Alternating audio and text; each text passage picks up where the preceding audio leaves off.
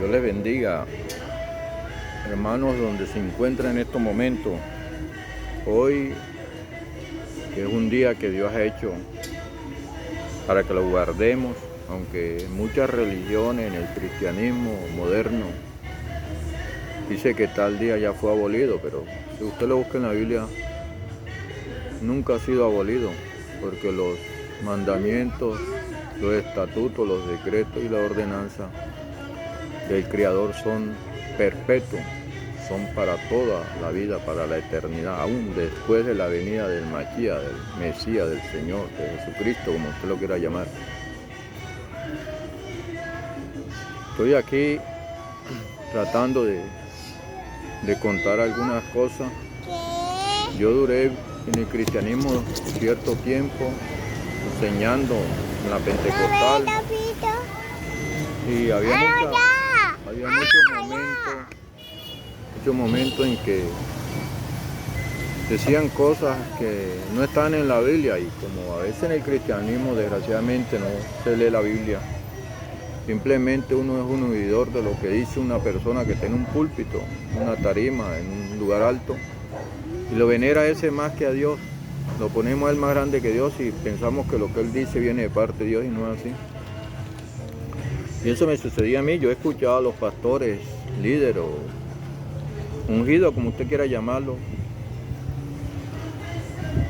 enseñando cosas que a veces no estaban en la Biblia, con mandamientos de hombre. Como en cierta ocasión el Señor iba con sus discípulos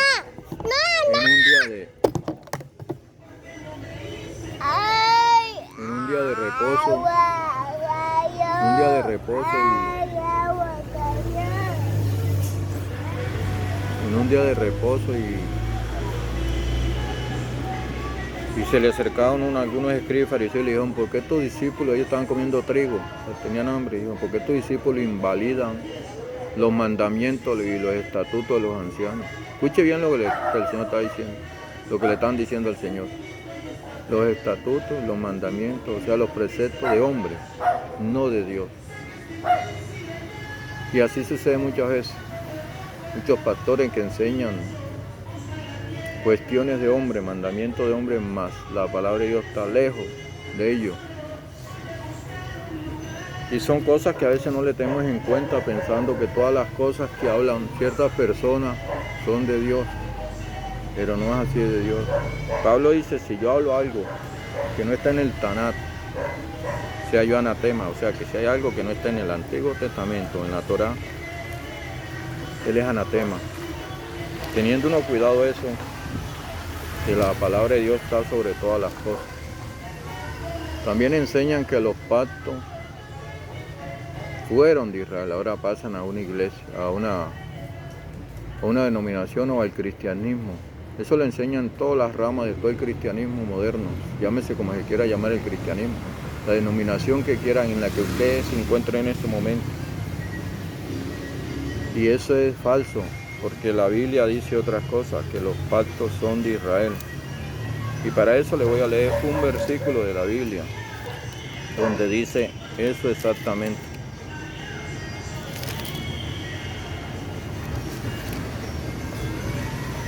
Dice en Jeremías 31:31, dice: he aquí vienen días, dice Jehová, en los cuales haré un nuevo pacto con la casa de Israel y con la casa de Judá. Si usted lee ese pedacito y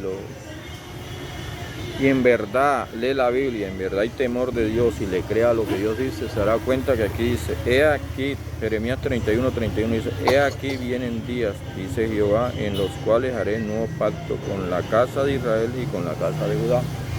Ahí no está hablando de casa de los gentiles. Dice: no como el pacto que hice con sus padres en el día que los tomé de sus manos para sacarlos de la tierra de Egipto, porque ellos invalidaron mi pacto, aunque fui yo un marido para ellos, dice Jehová. Pero este es el pacto que haré con la casa de Israel después de aquellos días, dice Jehová. Daré mi ley en su corazón, daré mi ley en su mente y la escribiré en su corazón, y yo seré a ellos por Dios y ellos me serán por pueblo. Por pueblo.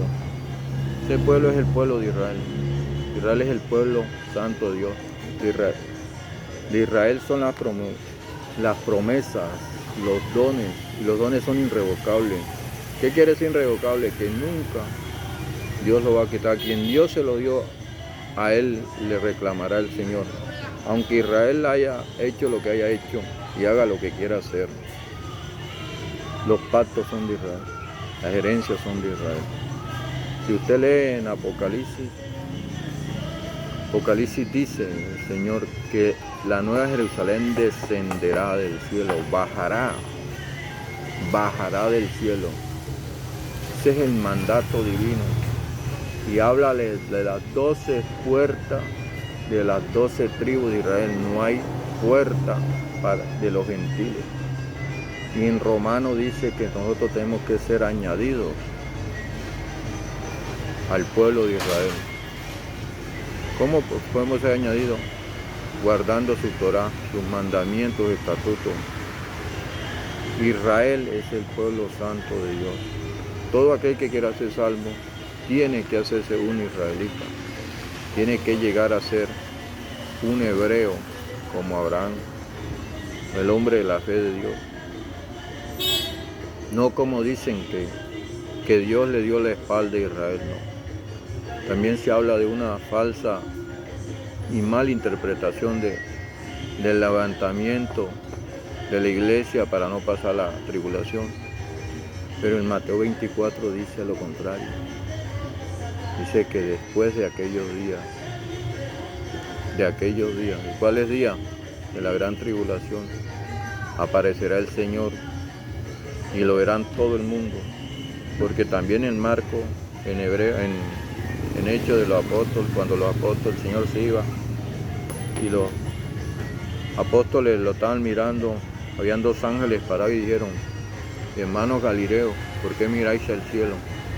Ese mismo Yeshua, o ese mismo Jesús que tuviste subir, así vendrá. ¿A qué vendrá?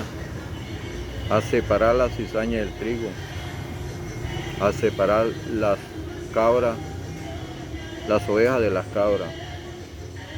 Él dice que Él mandará a sus ángeles a las 4 esquinas del mundo, de la tierra, para recoger a su pueblo. El hijo pródigo es el pueblo de Israel. Son las 10 tribus de Israel que se esparcieron en el mandato de Roboam, cuando lo que se encuentra hoy en día en Israel es la casa de Judá. Lo que sucede es que en el cristianismo no saben qué es la casa de Judá y qué es la casa de Israel. Todo lo mezclan en una sola cosa. Y como no leen, y si leen no le creen, porque le creen más a lo que dice el hombre desde un púlpito que lo que enseña la Biblia. Pero la Biblia enseña otra cosa, y la palabra de Dios es eterna, es verdadera. En la vida de nosotros debe de haber temor. Dicen que la ley fue abolida, la Torá, pero el Señor dice al joven rico, dijo, el joven rico se le acercó y le preguntó: ¿qué debo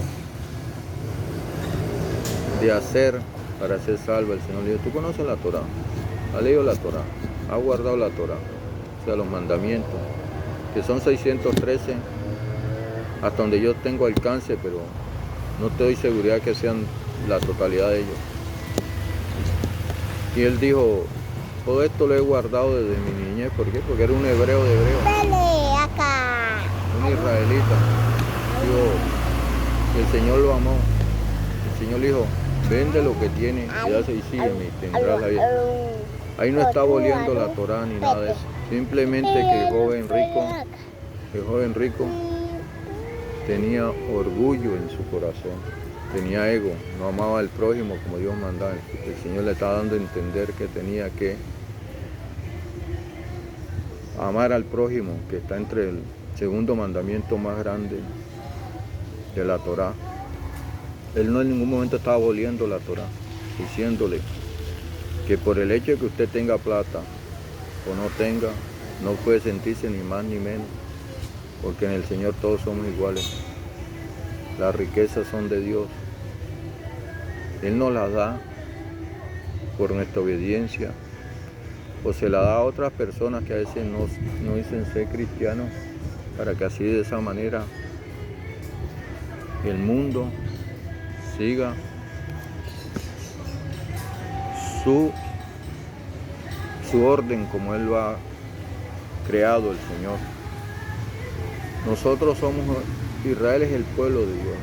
Nosotros somos ese pueblo. Nosotros somos, el cristianismo es la oveja perdida de la casa de Israel. Ese es el cristianismo, las ovejas perdidas de la casa de Israel. Que dijo Jesús, dijo el Señor, dijo Jesucristo, yo no he venido sino a buscar las ovejas perdidas de la casa de Israel.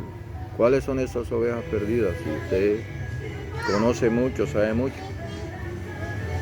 ¿Cuáles son? ¿Dónde están las ovejas perdidas de la casa de Israel? Porque a veces uno se le acerca, o un cristiano se le acerca a uno, y lo que ellos dicen, uno debe aceptarlo porque ellos lo dicen.